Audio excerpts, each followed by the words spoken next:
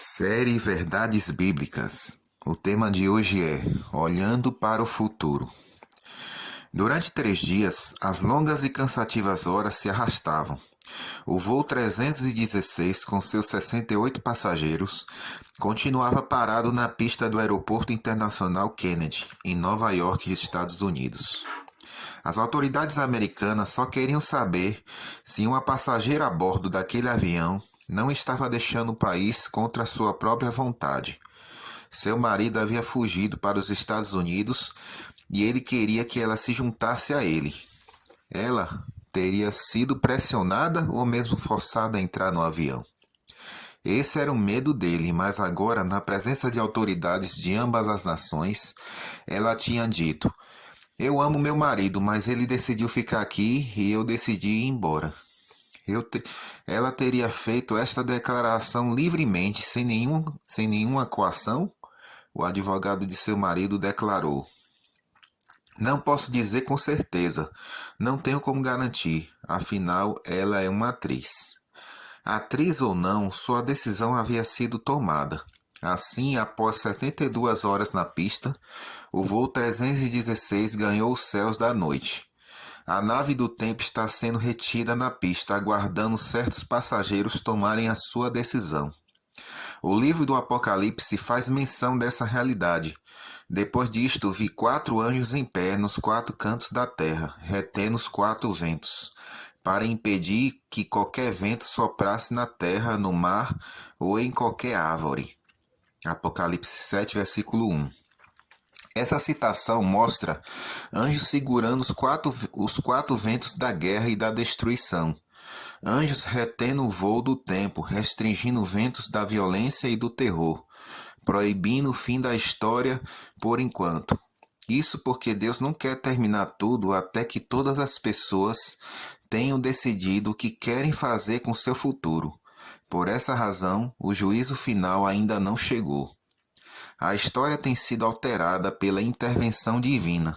Se não fosse a mão restritiva de Deus sobre os ventos do terror internacional, o Armagedon já teria nos levado há muito tempo.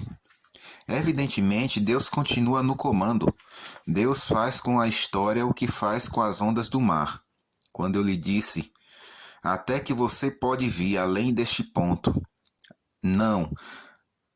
Aqui faço parar suas ondas orgulhosas. Jó 38, versículo 11. Um dia, muito em breve, os ventos serão soltos. Mas por que os anjos estão retendo os ventos? Então vi outro anjo subindo do oriente, tendo o selo do Deus vivo. Ele bradou em alta voz aos 4 anjos, a quem havia sido dado poder para danificar a terra e o mar. "Não danifiquem nem a terra, nem o mar, nem as árvores, até que selemos as testas dos servos do nosso Deus." Apocalipse 7, versos 2 e 3. Os ventos serão retidos até que o povo de Deus esteja assinalado na testa. No entanto, essa marca não é visível. Milhares de homens, mulheres e crianças estarão amando tanto a Jesus que dirão: "Senhor, quero ser assinalado como um de seus filhos para sempre."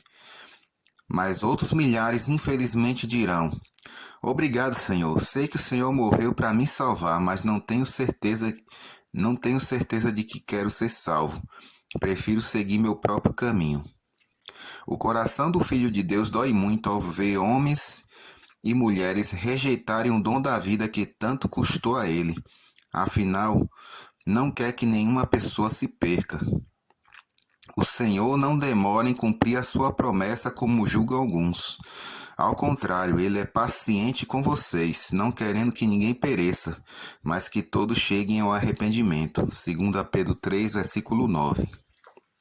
Em breve, todo homem, mulher e criança terá que decidir. Haverá apenas 2 grupos naquele dia: os que aceitam o sacrifício de Jesus e os que o rejeitam. Virá o dia em que terão tomado a sua decisão definitiva. Não haverá mudança de lado depois disso, não porque ele queira deixar alguém de fora, mas como ama e concede liberdade aos seus filhos, respeitará essa escolha.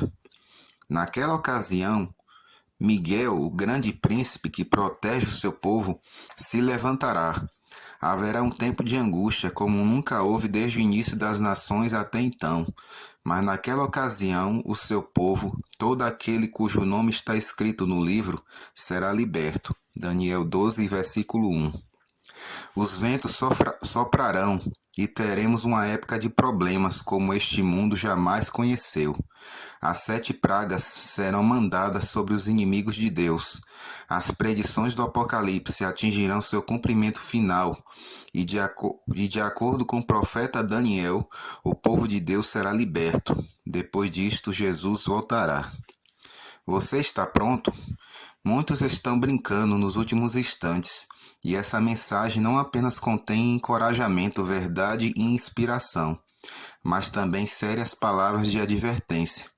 Enquanto você lê essas palavras, os anjos ainda não deixaram os ventos soprarem, embora pareça que esteja quase escapando. O estrondo dos ventos retidos assim que liberados poderá nos ensurdecer com sua fúria. Quando o tempo começar a sua aproximação final para o encontro com a eternidade, as profecias que restaram de Daniel e Apocalipse finalmente se cumprirão com admirável rapidez. O tempo é a história em movimento. Em breve ele passará por nós e o futuro se tornará passado. Você já pensou como será olhar para trás e ver como foi o final do mundo? Ou ver como as profecias se cumpriram com espantosa precisão? Hoje brincamos com os últimos instantes, mas logo será o fim. Pense no dia em que Deus libertou seu povo da tirania do antigo Egito. Se você tivesse visitado o Egito apenas 3 meses antes disso acontecer, não teria encontrado nenhum sinal visível de que Deus estava a ponto de libertá-los. Entretanto, no curto espaço de 4 meses, Deus enviou 10 terríveis pragas sobre a terra e libertou seu povo do jeito que ele havia prometido. E isso acontecerá novamente. As últimas páginas da história vão virar mais rápido que os nossos olhos poderão focalizar.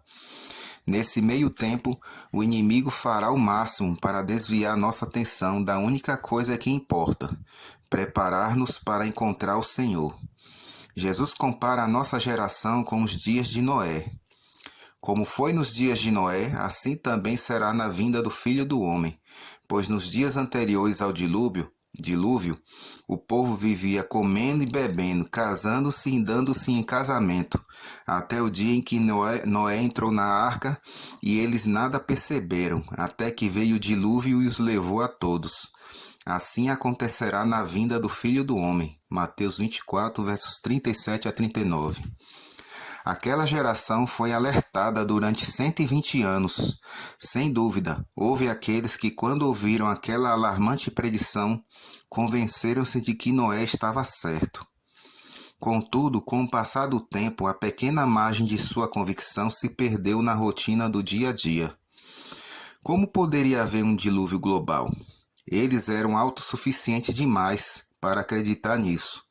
O senso de realidade foi enfraquecendo, até parecer ficção, mas quando começou a chover, ficaram surpresos. Não precisavam ter ficado se tivessem crido. Pena que era tarde demais. Era uma noite agradável de verão.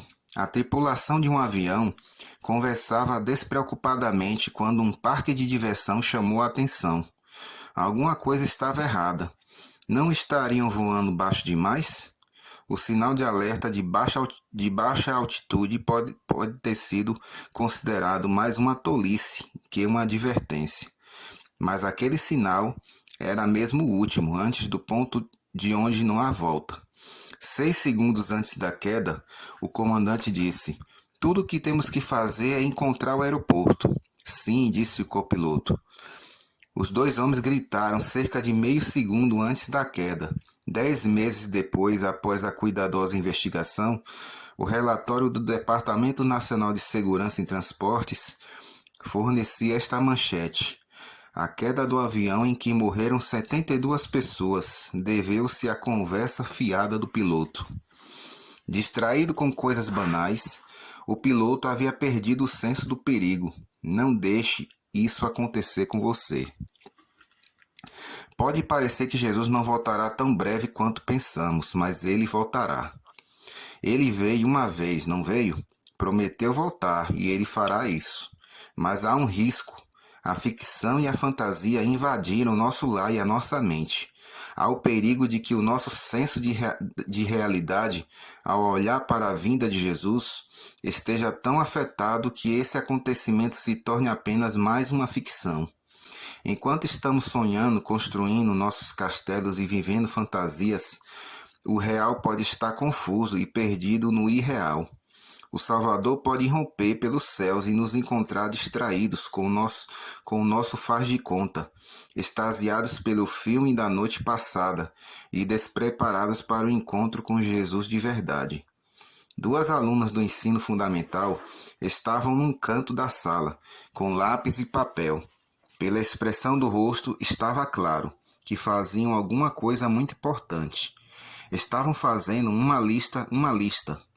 4 bíblias, um sabonete, um inário, R$ 50 e um rolo de papel higiênico, uma lata de repelente de insetos, um livro devocional, um estojo de primeiros socorros, um livro de primeiros socorros, uma serrinha, um livro de sobrevivência na selva, um calendário, um mapa, um desodorante, um rádio, 2 cobertores e um guarda-chuva. Todas essas coisas seriam levadas em uma bolsa verde.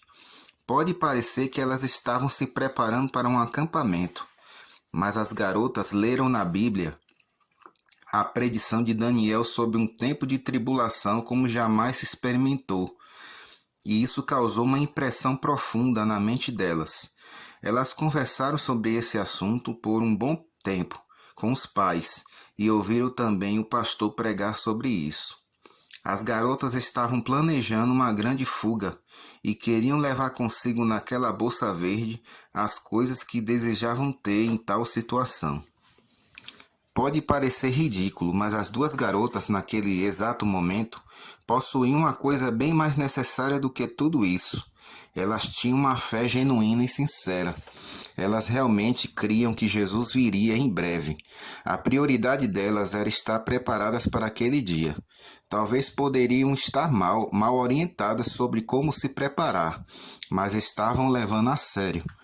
12 anos mais tarde, com 22 anos, uma daquelas garotas estava planejando entrar para a faculdade de medicina. A lista e a bolsa verde eram apenas uma lembrança. Em meio a tanta preocupação, raramente pensava na realidade da breve volta de Jesus.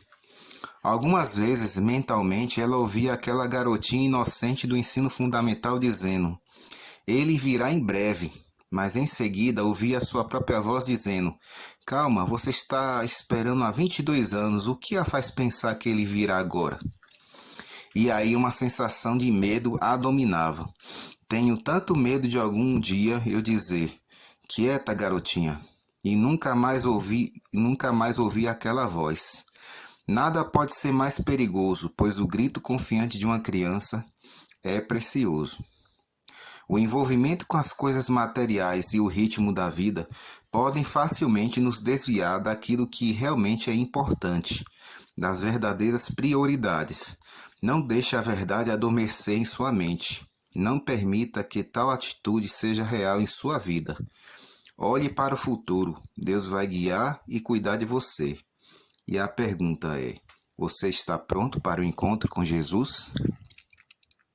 Se você crê que Jesus vai voltar e que deseja se preparar para este dia, vamos fazer uma oração. Querido Deus, queremos pedir a tua bênção sobre a vida de cada um que está ouvindo esse áudio, que cada um dessas pessoas possam realmente se preparar para o encontro com Jesus quando ele voltar. Em nome de Jesus, amém.